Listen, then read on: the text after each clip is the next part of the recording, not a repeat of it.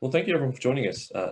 This morning, this is the earliest AMA we've ever done, which is I actually quite much prefer this slot. I feel much fresher than our normal kind of like evening slots.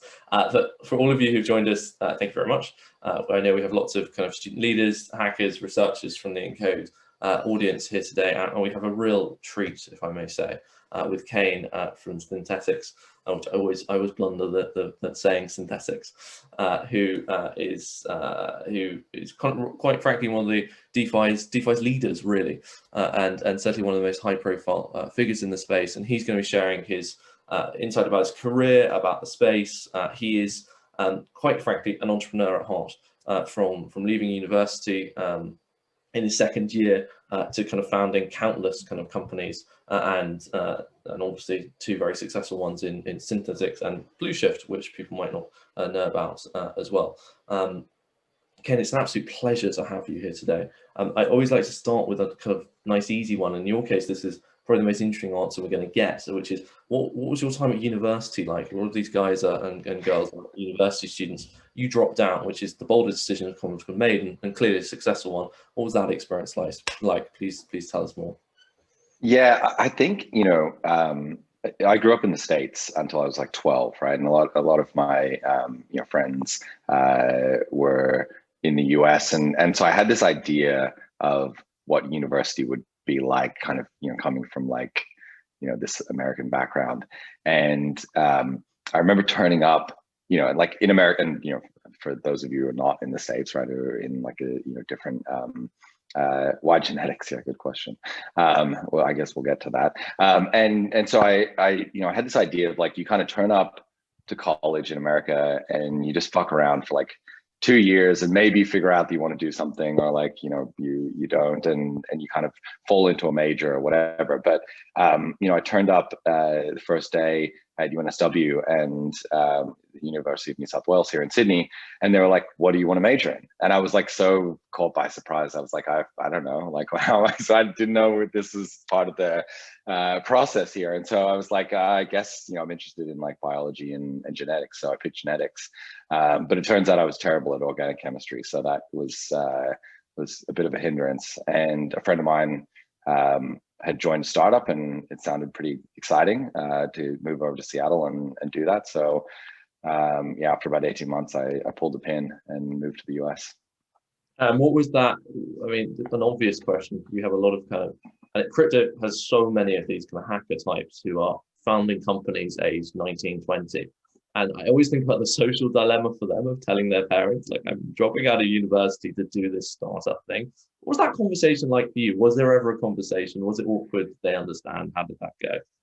Yeah, there really wasn't a conversation. Like, I'm the oldest of four boys, and my family was pretty chaotic. So I think, I just kind of told my parents, like, I'm moving to the States. I think they were probably less concerned about the idea of me dropping out of university, and more concerned maybe about, the fact that I was moving halfway across the world. That was probably their bigger concern, I think. Yeah. And talk to us about your early kind of startup journey. You went to What Card, and were there for bits. You then kind of did various bits and bobs. What was your kind of early first few years like?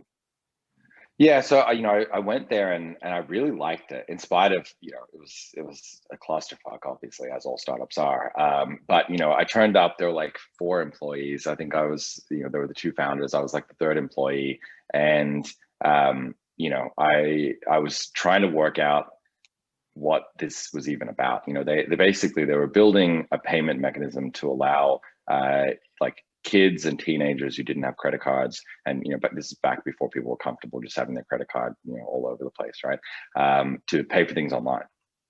So the idea was to create this kind of prepaid mechanism where a parent could load up a certain amount of money. Kid could use it like a prepaid debit card before that was really a thing.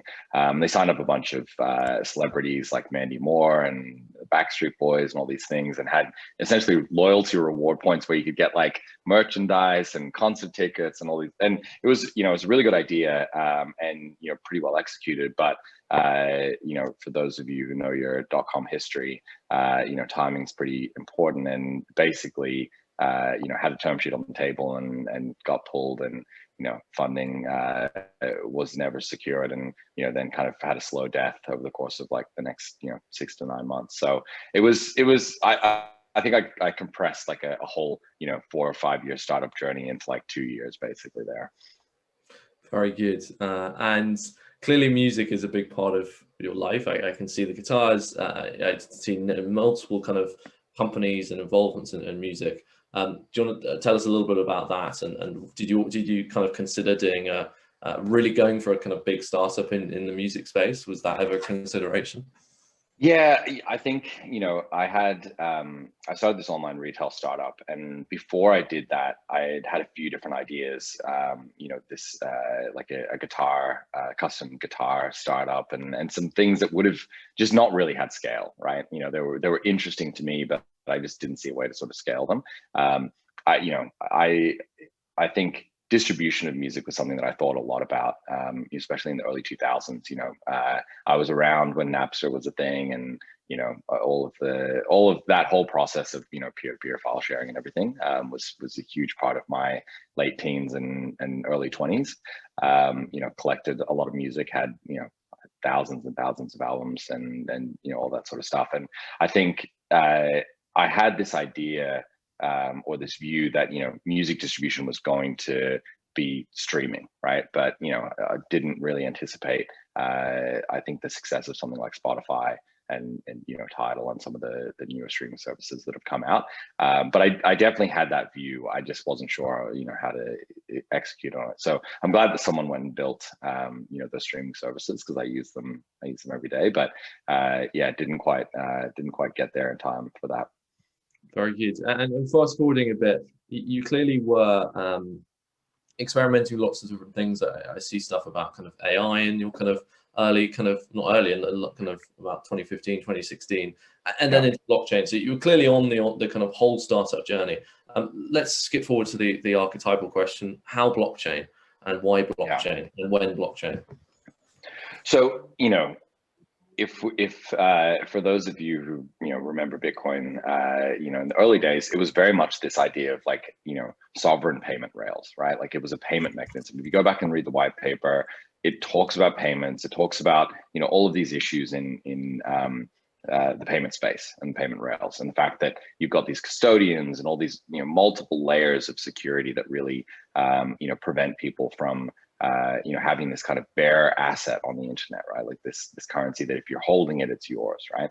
And as someone who had been working in retail for a long time, had online retail startups, it obviously resonated with me, because so much of the work that you do in an online retail business is fraud prevention, right? You're really trying to like prevent chargebacks, prevent a credit card company coming back and saying, actually, that was fraud, et cetera. And so in 2012, there was a startup here called CoinJar in Australia. Asher Tan and a couple of guys founded it. And I think they put a post out somewhere. I have no idea where I saw it, but I was the first person to respond. I was like, this is amazing. Like, I'd love to work with you guys. Asher and I talked on the phone for 3 or 4 hours about all the problems with, payment rails.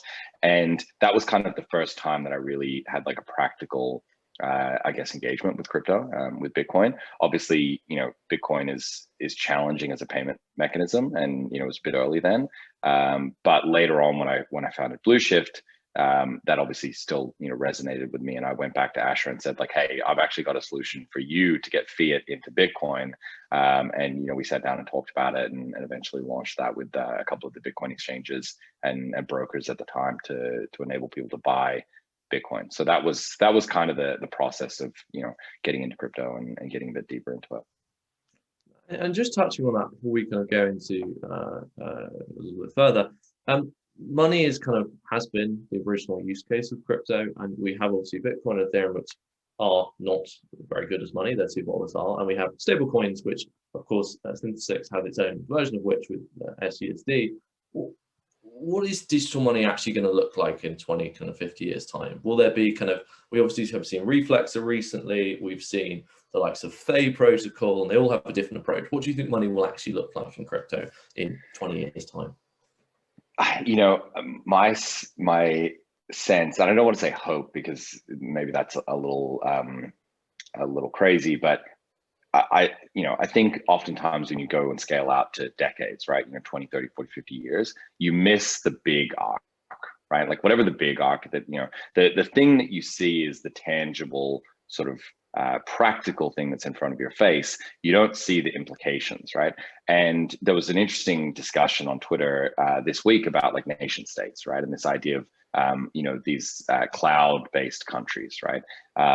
And for me, I think kind of, the disruption of the nation state is something that sounds so fanciful, right? Sounds so crazy, like, like how could you possibly disrupt, like the concept of nation states, right? But it wouldn't surprise me if, part of this trajectory actually does undermine a lot of the, the kind of value propositions, I guess, of those entities, right? And they start to get disintermediated and start to kind of get pulled apart. And if that's the case, then money looks very different, right? Because at the moment, money is fiat.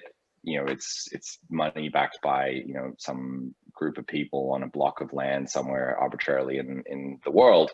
And if that falls apart, then there's no need for fiat, right? Then we need a digital money, and that is obviously going to be some emergent thing that we're going to need to build consensus around. And it wouldn't surprise me at all if it doesn't yet exist. Very good.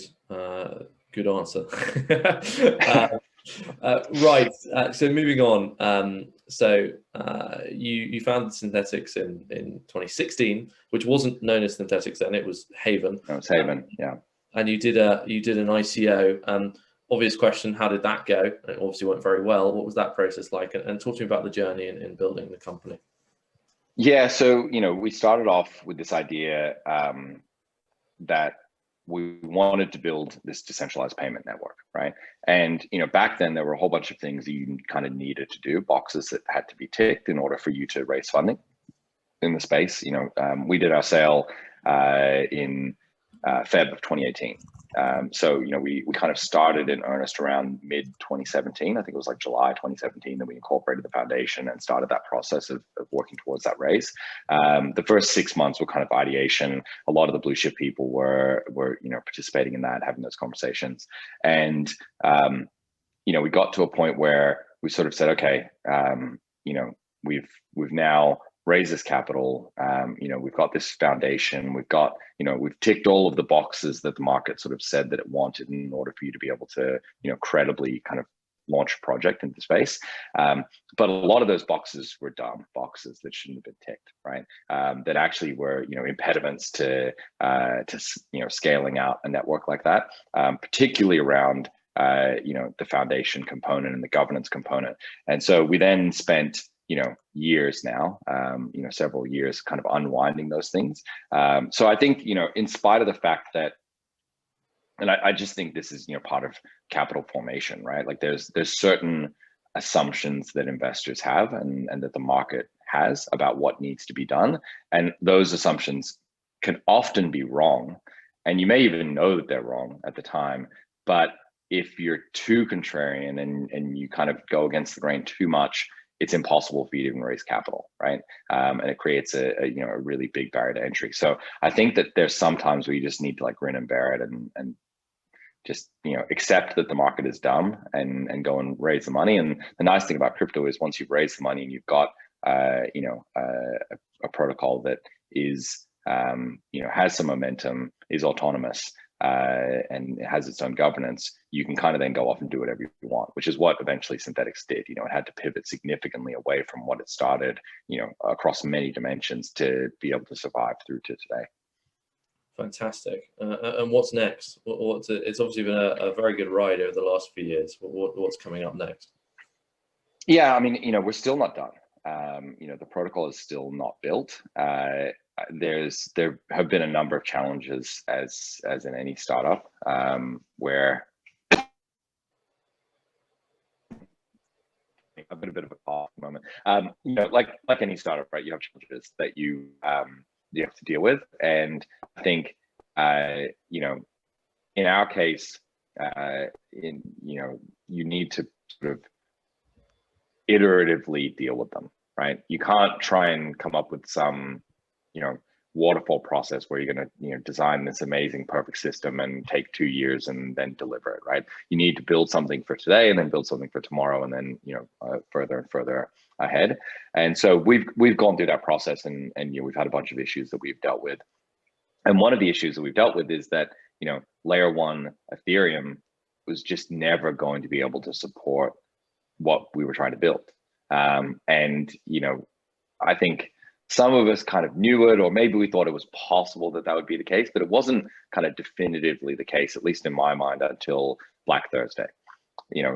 March of 2020 was really the moment to me where it became obvious that there was so much interconnected economic activity on Ethereum that this issue of gas costs and block space and the cost of getting access to this network was not going to diminish. It was only going to accelerate. And I think for me, that was the moment where we sort of said, okay, we need to start thinking about what is next from here, And what is next? So let's talk about optimism. Let's talk about layer 2. Yeah. And how excited are you for it, and how many problems is it going to solve there? What's next is chaos, as in any sort of transition, right? We're transitioning from a very clear consensus that, at least from the credible people in the space, that Ethereum is the place to be, right? If you're building a protocol, you need to be on Ethereum. That's where the network effects are. That's where composability is. It's been fairly obvious for a while that was the case. We now are in this situation where the layer 1 narrative has been eroded, right? And now it's a question of, okay, which layer 2? And we don't have consensus around which layer 2 should we be going, and building on. There are, trade-offs, there's debates. Vitalik even today was, debating with one of the teams building, zero knowledge roll-ups, and there's a lot of uncertainty, and there's no way for us to, I think, get through that uncertainty other than just continuing to move forward. So while I'm extremely excited for optimistic roll-ups, and I think that is the place that we need to be, it's by no means a solved problem in the space at the moment. There's a lot of uncertainty around it, and there's a lot of value at stake, and so there's going to be some intense debates and some infighting, I think, unfortunately. Awesome. Right, let's take some questions from the chat then. Chrissy asks, who was your startup? I think it says ideal. I think she means idol when you were young. Who was your idol when you were starting out? I mean, a bunch of people. Steve Jobs is one. Elon Musk is another. Peter Thiel, Ben Horowitz. The Hard Thing About Hard Things is probably my favorite startup book of all time. So just a ton. I think when it comes to startups, they're so idiosyncratic that trying to take a specific playbook and go and execute is just not possible. What you need is a breadth of understanding of a range of different experiences of different people, so you can have some pattern that you can kind of pull out at the right time and leverage. Awesome. A question we get asked a lot is, what are your 3 favorite books, or 3 books you'd recommend? What would those be? Yeah, that's a tough one. Definitely one that I always recommend is Inadequate Equilibria by Eliza Yudkowsky. It's one of those kind of just melts your brain sort of books. Obviously, A Hard Thing About Hard Things from a startup perspective is one of my favorite books. I'm a big fan of fiction. I read a lot of fiction as well. Things Kurt Vonnegut, Arthur C. Clarke, and Peter Hamilton, like a bunch of different science fiction authors as well. I think it's good to be able to not, just be reading nonfiction all the time and get a bit of a break every once in a while. Absolutely. Next question here. What is the most underestimated project in the space? That's an interesting one. Most underestimated project in the space. Let me come back to that. Let that bounce around in my brain for a couple minutes. I'll see what I come up with. Right, this question from Carrie Ann, which I'm going to twist a little bit, which is, you're a very active angel investor in the space. How have you found that process from going from founder to kind of investor? and do you enjoy it? And yeah, tell us a little bit more about that. Yeah, I mean, for me, I'm the type of person I really love to give back, right? And across not just startups and not just from investing, but also time and trying to support people. There have been a whole bunch of people that supported me, at various times through my kind of winding startup journey. And so whenever I can, I try to as much as possible give back. And one way is, kind of the support of, if you see a good idea, you see a good team, you can, and you have a bit of credibility, you can kind of lend that credibility to a team and vet them and take the time to kind of understand what they're trying to do and the journey that they're trying to embark on. So, I find that to be incredibly interesting, and it's a way of kind of tapping into that.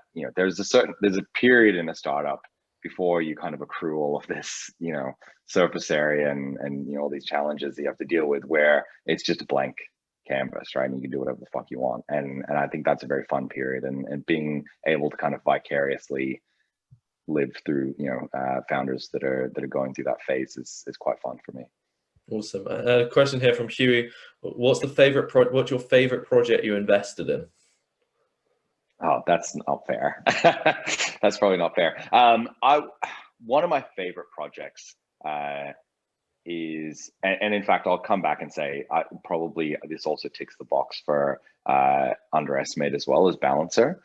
Balancer is working on a V2. I'm very excited about all of the AMM design space, right? I think Uniswap V3 is going to be incredible, but I think that Balancer V2 is going to be very interesting as well, and some of the things that they're working on in terms of virtualizing assets is going to be very, very interesting when it comes out. So I think Balancer is one of those protocols where it's been around for a really long time. It's been on mainnet for a really long time. There were some early issues with not great assets that shouldn't have been in pools that had issues, but the protocol itself has been incredibly robust and stable. And I think that comes down to the founders, Mike and Fernando, have really put a lot of time and effort into ensuring that the code is as robust as possible. And so yeah, I'm a big LP in Balancer. I have a lot of my funds in there, and it's one of my favorite projects by far. Awesome. Question here: if you were graduating and wanted to go into crypto now, what would you be doing?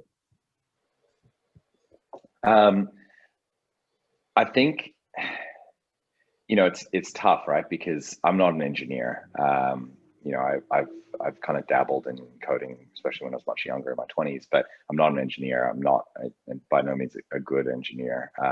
And so when you don't have a hard skill like that, it can be difficult to kind of find the right spot to be in crypto. You can obviously take some kind of financial engineering or finance experience, governance experience, and apply that.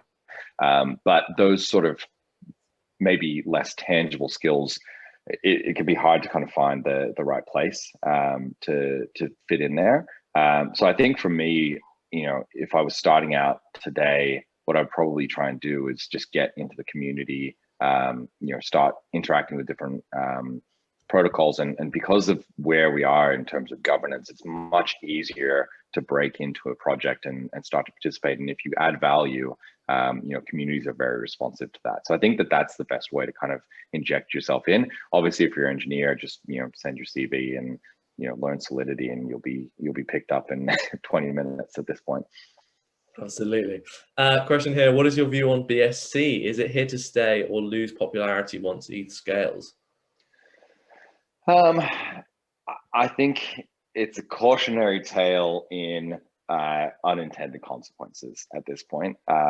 So if you take out things that were put in for very good reasons without really understanding why, and you get to some level of scale, things start to fall apart. And I think that that's what we're seeing a little bit with with BSC. Is there are very good reasons why the architecture of Ethereum L1 is the way that it is. And there are very good reasons why it's taken so long to transition from the current architecture to ETH2 and even ETH1X. And those reasons are very challenging. You can't just hand wave them away. And I think that BSC was able to hand wave them away up until the point when they started getting a lot of traction. And there's a very good reason why they got a lot of traction, because the incentives were sort of misaligned, right? It's kind of, if you're PayPal and you give away $10 for everyone who signs up someone and give the other person $10, you can kind of blitz scale really quickly. But at some point, you're going to run out of money if there's no kind of underlying revenue stream behind it. So it's fine to have net negative unit economics for a while, but eventually that you're going to have to pay that bill.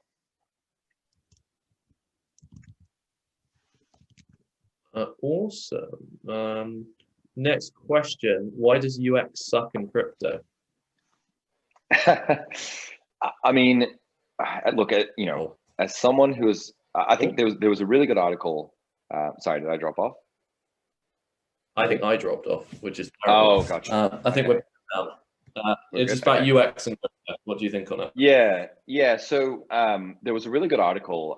Unfortunately, I can't remember the author, but it was talking about this idea of and a lot of us bought into this, right? Because it's just there's some narratives and some memes that are just feel congruent, and so you just buy into them, right? This idea that we should be abstracting away all the complexity of crypto, right? And this article kind of took a different tack and said, what if the powerful parts of crypto are actually not there to be abstracted away, right? What if we just need to get people comfortable with the idea of these specific things that they need to interact with and do? Now, okay, even if we accept that, we can still improve the user experience, right? There's still certain things that we can do, even if we lean into this idea of crypto is a different way of interacting and a different way of transferring value and a different platform to web, whether it's 1.0 or 2.0. And if we do accept that and we say, okay, let's make things crypto native and not hide the crypto aspects, but actually find a way to present them in a polished way, I think that could be a better path. Because if you hide all of the value of crypto, then you end up with just kind of a shittier version of Web 2, right? And people don't understand where the value actually lies and why it's more powerful. And so I think that there is something to be said for, highlighting the differences between, email and say, an Ethereum transaction, right? And why you have to be aware of those differences and why they're important and where the power lies there. Awesome. Right, let's take some face-to-face questions. Let's go to VJ first of all. VJ is one of our most prolific hackathon winners. Over to you, VJ. Hi, Kain. I'm very interested looking at your protocol, and was interested to ask you as a founder, what was your your big picture view of how did you go about building the SNX token, and how did it change? Was it rewarding good behavior or incentivizing early adopters? And what's your general advice or strategy for founders? So initially we started off doing it in a very stupid way, which was relying on, this idea of artificial scarcity, right? Saying, well, there's only 100 million of them. So, if there's demand, then, people will get really excited about it, right? That turns out that's pretty idiotic. And I've spoken a lot about that at various times. The powerful thing about crypto is that protocols can reward people for learning about them, right? For caring about them, for doing the thing that the protocol wants. And it wasn't until I kind of went back to that lesson from Bitcoin, for anyone who was running Bitcoin mining rigs, on even a laptop back in the day, it was an extremely painful process to set up, right?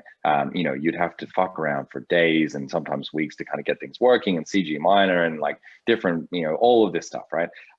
But the reward was tangible, right? You were getting paid, in money, right? If you learn, and that's very different to other software. You could sit there and play around with some plugin or something or whatever, and maybe you know, if you worked out how to use LimeWire back in the day, you get some music and stuff, and that was cool, but like you didn't get paid money for learning about software. And so, you know, crypto protocols have this weird property where they can actually pay people to learn about them and care about them. And so when we flipped the switch with Synthetix and said, actually, we're going to start paying tokens to people who are doing the thing that the protocol wants, that's when that flywheel really started spinning and people really got it. And I think that, you know, we've seen that idea now kind of proliferate through DeFi, where you want to pay, whether it's early adopters or whatever, but you want to pay the people who are making the effort to understand how the protocol works and create this, you know, reinforcement loop. And if you do that, and the thing that they're doing is valuable and creates, you know, some kind of coordination process to provide a service to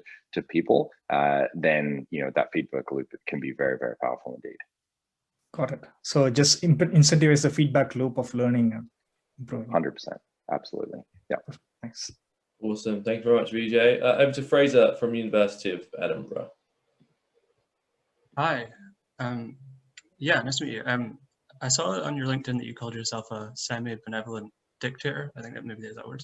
And I was just curious, like, what kind of have you learned about management over the years? Like, do you have any tips for us, like people who are just starting out managing like big teams of people and stuff like that? Yeah, I mean, you know, I've always had a view, I think, that in startups, there needs to be a level of autonomy, right? But, you know, crypto takes that to the next level. So, you know, in a startup, it's still hierarchical. There's still a CEO. Even if you have multiple founders, there's still, you know, there's this idea, I think, you know, Paul Graham might have, you know, kind of articulated that, like, you know, if there's co-CEOs, there's some problem, right? Like that's the sign that like something's not working out, right? And so, you know, you need a CEO, you need a hierarchy, you need a COO, you know, there needs to be this flow of command and control, right? Even in a startup, even if it's a flat structure. And so for me, even as someone who believes that there should be a lot of autonomy, crypto, I think, and you know, this has emerged over the last 3 years. You know, there wasn't really much to manage 3 years ago, but now all of a sudden there's these huge protocols that need to be managed and coordinated, and it's extremely flat. You know, in Synthetix, we've got these distinct bodies that are self-governing to an extent, right? There's no CEO of Synthetix. There's no COO. You know, there's just different people who kind of provide inputs to the various DAOs and coordinate, and a set of coordination rules to kind of allow that to function. And people really haven't yet written the playbook on how this works and how this evolves. But I think one thing that you just need to get comfortable with, which it took me a bit of time to get comfortable with, and I really needed to kind of reframe this to myself, is that, like, as much as you might think that you love, you know, people to have autonomy, they really have a lot of fucking autonomy in crypto, right? Like, it's next level. Like, they can do bad things and you can't stop them, right? And so you need to really make sure that there's the right guardrails and the right structures in place and the right incentive alignment. But the powerful thing about that is, if you get it right, it works. And if the incentives are actually aligned, it works in a way that, like, a command and control structure is probably not incentive compatible, you know, or at least as incentive compatible. And so that I think the lesson is, you know, you need to understand maybe as much about governance as you do about, you know, management when it comes to running a crypto protocol and being involved in whatever this, you know, DeFi thing is going to become over the next 5 or 10 years. You know, governance is critical, not just management. Awesome. Thank you very much, Fraser. Great question. Over to Vanessa from the University of Zagreb. Hi, Kain. I actually have a question that's related to the previous one, to Synthetix governance. So you recently changed from governing from the foundation to the DAOs. So what was the experience and the process like? I mean, it was a challenge, right? And you know, today I would say don't have a foundation, but you know, this is what I sort of, you know, touched on. Back in the day, you needed a foundation if you wanted to raise money, right? If you turned up and said, we're going to launch, you know, straight into a DAO, even if you called yourself a DAO, like MakerDAO, there was still a foundation, right? Like, the investors just needed that level of comfort. Today, I think we're seeing just pure DAO first, capital formation, which is amazing. So you don't need to go through the transition process. You can just start as a DAO. But irrespective, you know, you need to think about what are the functions that are going to, exist within the protocol? What are the things that need to be governed? Fred Ersham and Dan Robinson had an interesting article, I think maybe a month or so ago, about this idea of like governance minimization, and this idea that if you have very rigid codified governance structures, it becomes much easier to capture them. And so I think that that's something that I definitely have taken away from the transition from a more formal foundation with, directors and all that sort of stuff, transition into this DAO structure, is that there needs to be fluidity. It can't be rigid. It needs to evolve and be iterative. And, that's hard.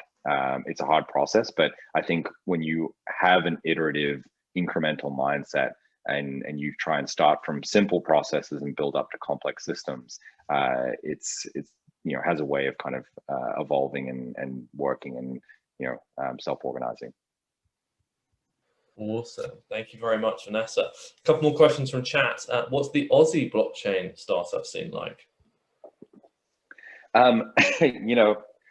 Australia used to struggle with startups. There was this idea of this brain drain, right? People would go over to San Francisco or the Valley or whatever, or maybe Europe, go to London. The smartest people would kind of just like pull the ripcord and get out of here. And what that meant is that you didn't have successful founders that were staying in Australia, contributing back into the ecosystem, supporting, investing, doing all that sort of stuff. I think that that's changed over the last decade, maybe. And, we have quite a few successful founders who've been able to, kind of launch and scale startups from Australia. It's not easy. There's a bunch of challenges, but it's getting easier. And I think, the transition to very remote, processes has kind of helped that. So my hope is that, over the next decade, the startup scene, both traditional startups as well as crypto startups, will get better. But we've got a bunch of cool projects that have launched out of, Australia, all around Australia over the last, probably 3 or 4 years. There's a bunch of them. Awesome. What do you look for when hiring? What's hiring? What do you look for when hiring? No, I was joking. I was saying what's hiring. Like we don't have employees, right? So, it's actually, we had a very interesting governance conversation, a meta governance conversation today about this concept, right? So in Synthetix, what we have are core contributors. So there are people that are paid by the DAO to work full-time on the protocol. And they're paid a monthly grant or stipend that the DAO pays them directly to work on the protocol. But it's quite interesting because no one is responsible for these people. Like their responsibility is directly to the protocol itself. So, if you turn up and you're not doing a good job, the only process whereby you can kind of be removed as a core contributor is for other core contributors to sort of turn up and self-organize and say, hey, this is not working, right? It's like holacracy on steroids. It's madness, right? Like if you described it to a normal, someone who's used to normal corporate governance, it sounds insane, but it works because the core contributors are embedded and part of the community. And so what we find is that we have this process where community members are brought in as core contributors. External parties turn up and core contributors identify a gap, or our Spartan Council identifies a gap, or the community identifies a gap, and they sort of create, some kind of job description or role description and say, we need someone to fill this, and someone turns up and fills it. Very nice. So yeah, the short answer is I don't look for anything because I don't hire people. I'm not actually part of that process. Very good. What is some of your favorite NFT projects in the space? I mean, I probably have to shill my brother or he'll disown me. So, Illuvium is an NFT based game. I don't have much time these days to play games. I would love to get back to a point where I have some more time to play some video games. I used to enjoy playing video games when I was a little bit less busy. So I'm looking forward to that. I've just recently kind of capitulated and got into CryptoPunks. So I've got a CryptoPunk now. art blocks is something that I think is quite interesting. This like generative NFT art. So I have a few different versions of different art blocks that have been released by different artists. And then, you know, I just think, you know, I'm a big fan of you know, art and artists in general, obviously, you know, coming from a music background, whether it's visual art, whether it's, you know, music, whether it's, you know, writing. I think that it's just one of the most important things in the world. And so, you know, whatever I can support. I just contributed to a crowd fund for a novel that this author's working on, and, you know, basically anything that I can support these days. Awesome. Question here, what could be improved or demystified to make a non-crypto person become comfortable with crypto? You know, there's this kind of idea, like the structure of scientific revolutions, right? That like nothing, just people dying, basically, right? You just have to wait for enough of the old guard to kind of die off, and it just organically becomes, you know, tacit knowledge, right? That people just know how to do these things. I think that that's maybe a bit extreme, but if you look at things like email, you know, and you go back a couple of decades, email was not, you know, like there were multiple different email clients. There are different ways you could, you know, use email. Gmail, obviously, and Hotmail and some of these web-based email clients helped with that, but it didn't solve the problem, right? It didn't solve this conceptual problem of like, what is email? How does it work? You know, all the etiquette and all of these, you know, social and you know, structural kind of consensus things that emerged out of that over the last, you know, 20 years. It just takes time. People just have to just get used to it. Now we know how everyone knows how email works, right? Like it's not something that's confusing or whatever, in spite of the fact that, you know, if you took someone from 1950 and dropped them into superhuman and said like, this is how we communicate now, they'd be like, what the fuck are you talking about? Like, this is crazy, right? You know, so there's a cultural kind of accumulation of knowledge and awareness of these different things. And I think the crypto is just going to take time, but people will get used to the weird idiosyncratic things that crypto requires of you, I think. I hope, at least. Me too. Right, I'll take one more question for chat and then we'll kind of finish up. So we're reaching 10:45. As a non-technical founder, a broadly non-technical founder, how did you guide the process of Synthetix being built, and what was that like?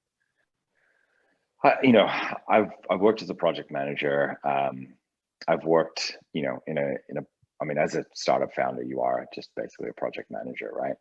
Just kind of a shittier version of a specialized project manager. And so, you know, I think you need to understand how to coordinate people.